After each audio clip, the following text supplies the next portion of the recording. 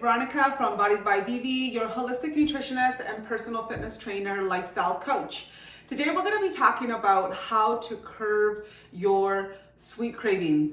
Now, I have crazy sweet cravings, and there's nobody better to talk to about this than me, because I'm going to show you some tricks that I personally do that are just save my day all the time. I have them every single day. So this is definitely things that I incorporate that have helped me. But first and foremost, let's educate you on why are you getting sweet cravings, which is really important to know.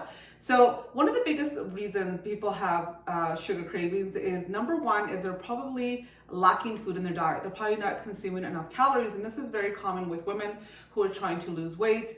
We're not seeing that weight loss drop, so we drop our calories even lower and lower, and then eventually your body catches up, and it's just like, I need fuel, and your body's smart. It knows that sugar and anything that's sweet is going to be processed very quickly into energy, and that's exactly what it's going to ask you for. Other reasons too is your calories, your carbs in your diet are just way too low. And sometimes going low is not a bad thing. It's just that you're going low too long. So you're going weeks on end, months on end, or you've been doing it for a year. Really not a good thing. Again, your hormones, catch up, and it will make you crave those sugar cravings. The problem with that one is that once you start eating sugar, you just don't know when to stop. Also too, not getting enough protein in your diet. Protein is super, super important for, cutting out cravings.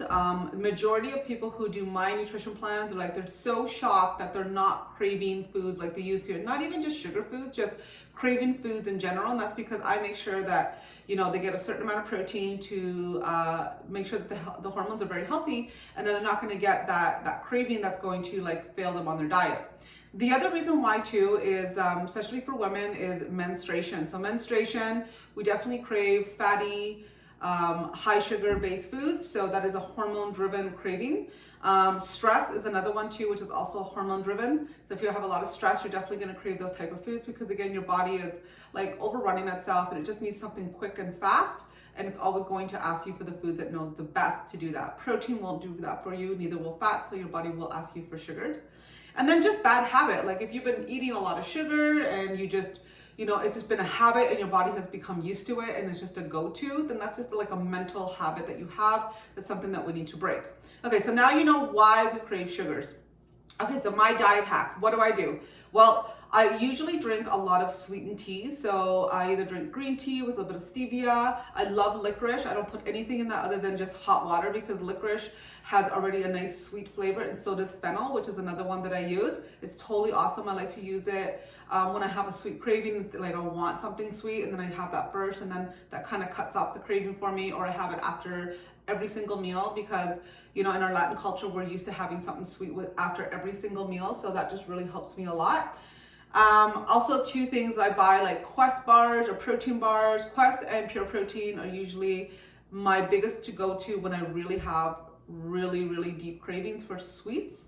And what I do with those bars is I cut them up in small pieces, and then I eat them either throughout the day in very small amounts, or I just eat half within the day in very small amounts, and I spread it out so that way I just really enjoy it, versus just eating it all at once, because it just ends up being a whole snack, and then I might have more cravings later in the day, right? So just a small piece really helps.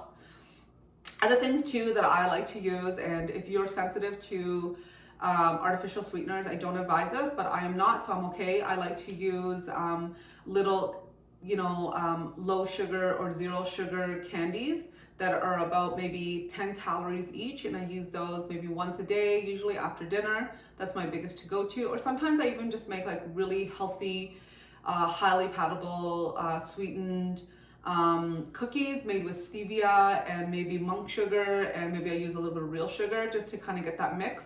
So I'm not really fooling my body. I'm giving it sugar, but I'm trying to give it a little bit of a higher sugar palette. And I make really small miniature ones of those, and I freeze them, and I don't have them in my face all the time. And sometimes when I remember, I'm really having a sweet craving. Oh my God, that's right. I have those chocolate brownies in the freezer. And then I go and grab one, right? So those are kind of diet things that I do that work really well. Lifestyle hacks. One of the biggest things that you guys can save yourself so much from just getting back to that bad habit is start removing the junk and all the sugar out of your house. And I know that if you may have kids, you're like, well, that's not fair for my kids. Well, it is fair for your kids because you have to watch out for their health too. It's not just yours.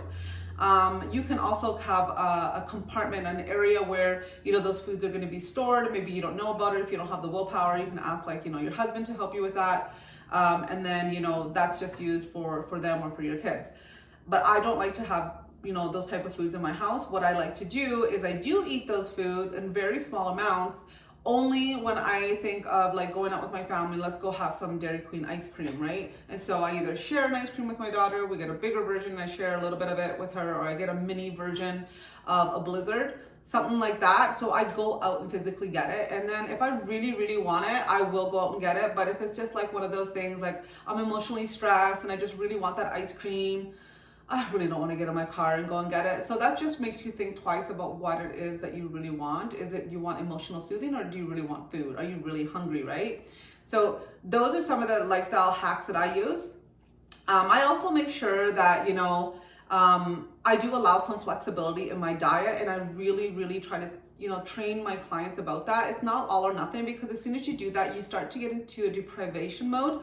And when you start depriving yourself, you're just gonna want that food more and more, and then you just don't know when to stop. So if you're a type of person that needs, you know, something sweet every single day, then make it fit as part of your plan.